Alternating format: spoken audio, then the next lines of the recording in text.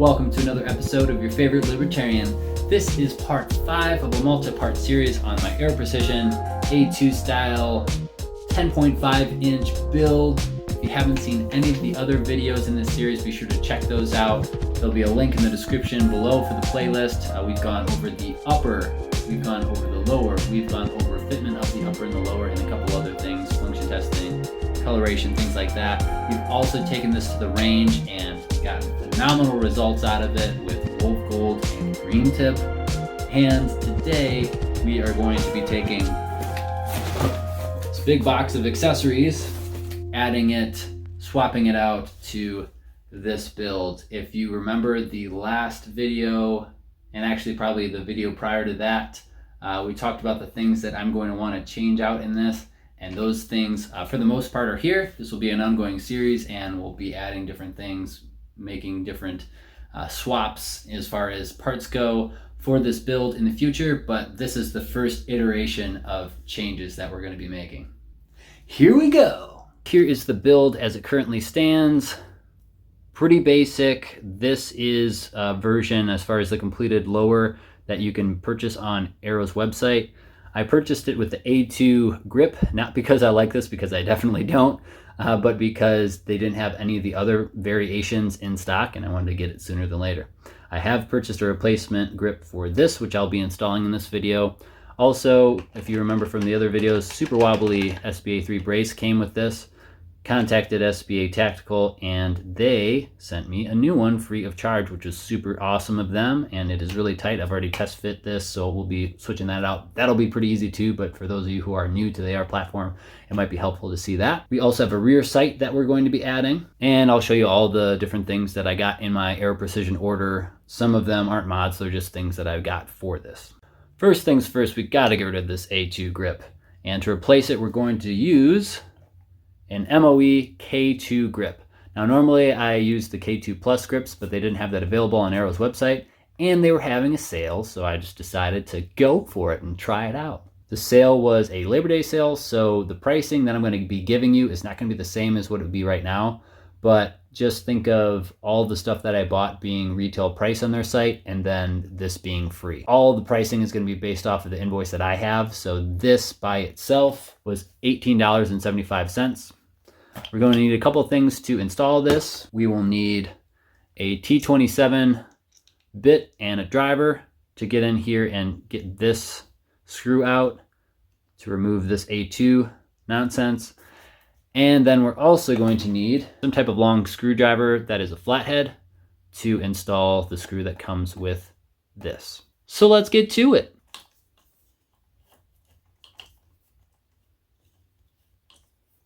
One thing you're going to want to remember as you're unscrewing this is to make sure that that spring inside the grip doesn't go flying and you don't lose it. That spring is what pushes down on this detent for the safety. So we're just going to leave that there for right now. And we also might mess with the tensioner screw. All right, so what I've done is I've unscrewed the little tensioner screw from right here. And I'm going to put some blue Loctite on it so that when I screw it back in and I try to get rid of that play between the upper and the lower, that it stays in place, because it is actually very slick. It's very easy to turn. Should also note that to remove it, I used a T15 bit, 242 blue thread locker Loctite.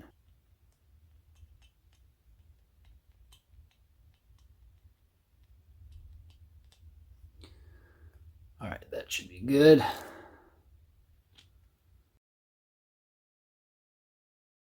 I also have a Q-tip to help remove any excess Loctite as I'm doing this. So that feels good, but I can't really get the takedown pin out, so I'm going to back it off a little bit. See how the wobble is. All right, that's perfect. So now we can put the new grip on. All right, so to put the new grip in, we need to make sure that detent is in there. And we're going to need to make sure the spring aligns with this when we install the new one, and make sure our safety is in all the way. So we're good on all those fronts. Oh! Now open our grip up. There's instructions in there too, but we don't need those. We're men. Whoop! And here is your screw. it has a little bit of Loctite material on it as well. What I like to do is I like to put the spring in the hole first, and then line up this spring, kind of hold it with my finger here, and just put this over top. It's a nice snug fit too. Ooh, yeah. And you can see that it's still lined up as you're pushing it down. You want to make sure you don't bend it at all. Okay, so that is good. Then we're just going to screw it in. All right, that feels pretty good. You don't want to over tighten it. So we're good there. Now, I'm going to test the safety and make sure that that is good, because if it pushes up too much and there's too much spring tension, it's hard to actually use the safety. So that feels good. Test the push pin. Push pin's good. That's a nice tight fit now. So I'm really happy about the fit between the upper and lower now. Oh, that grip is so much better, I can already tell. And this is good. So we are going to put the little door back on here. And there you have it. Now we have a grip installed that is a million times better than the one we had before. We're doing a pretty good job eliminating wobble here, so let's keep that theme going and get rid of this wobbly brace. All you need to do to remove the brace is pull up right here, push upward in this area here, and that'll give you enough slack to pull this off. This one came off real easy because it's so loose. This is the one that was provided by SB Tactical. And you can see I've reversed the strap on this one because I am a right-handed shooter, so where my cheek sometimes will rest is right here, and I didn't want this little tab in my face, so there you go. You can already see there's barely any movement at all with this one. And again, just pull up to get it over that hump, and then it'll lock in place. Oh, so much better. Nice and solid. Just feels way better. All right, so the brace is done. That was pretty easy. Let's move on to the next one. Buffers.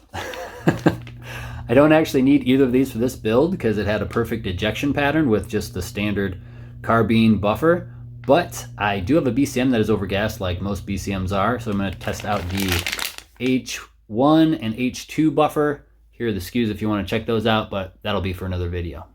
If you want to know the pricing on these, the H1 buffer was $22.37 and the H2 buffer was $31.32 during the sale. You know I had to get some magazines for this.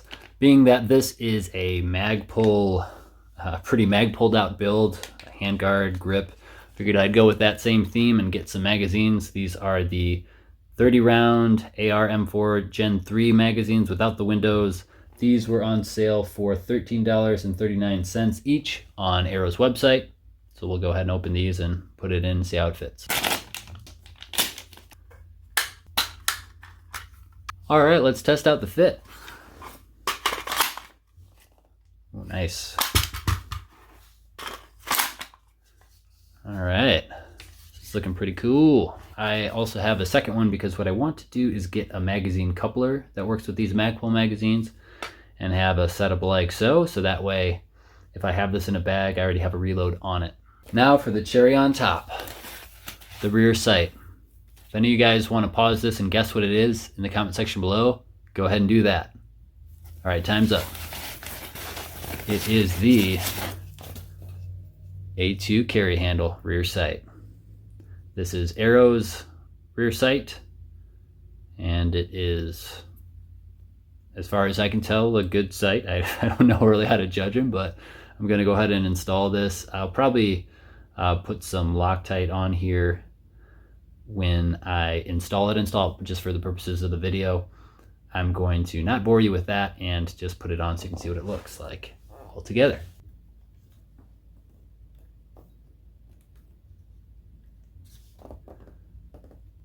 All right, there it is. What do you guys think?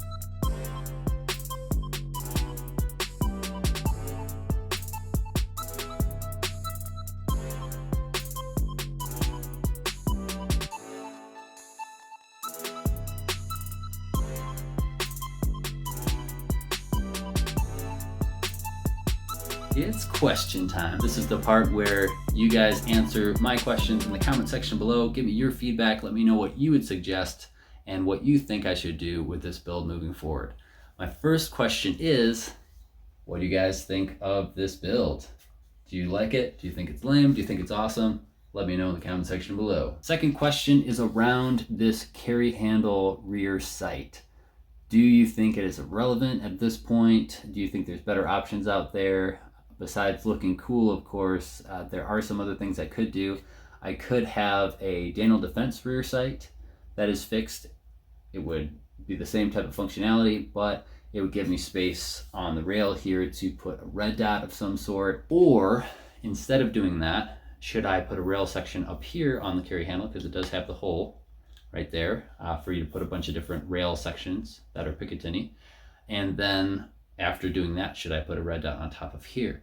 That would make it a little bit higher up, so I'd be able to have my head and neck in a more natural position, and it would still allow use of the iron sights if I would need them. Let me know. The next recommendation I'm looking for is a light mount combo, either for a TLR 1HL, because I have one of those already, and just extending this further out to about here-ish, or a mount that would work with a 1-inch diameter handheld light. I have a couple of those laying around, but they're not super high lumen output, so if you have a suggestion for a mount for that type of light, and a light that is high lumens, high candela, and also affordable, that would be great. Leave those, you know the place to leave them, just leave them there. Also, I've never named a gun before, but I feel like this one needs a name. So if you do think I should name this, let me know that, and then also let me know what your suggestions are for the name of this particular build in the comment section below. All right, at this point in the series, you're probably wondering how much this all costs. What is the total cost of the build so far? Now, again, I'm probably going to add some things, change some things, tweak some things, but as far as right now, the way that it currently sits, let's go ahead and tabulate the costs.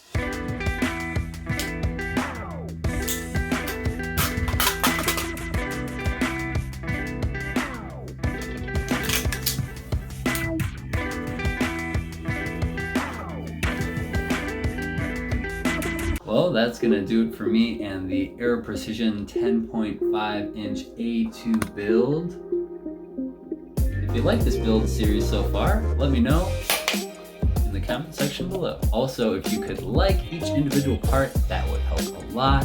If you want to share this video with a million of your closest friends that you think would be helped by this information, I greatly appreciate that, and that will greatly help in getting this information out there. If you want to be notified anytime a new video on this guy comes out, all you need to do is subscribe if you're not already subscribed, and click that notification bell if you haven't already done so to get notified of new content. If you would like to support my channel monetarily, you can do so by clicking on the subscribe star or Patreon links below. And as always, thanks for watching, stay free, and God bless.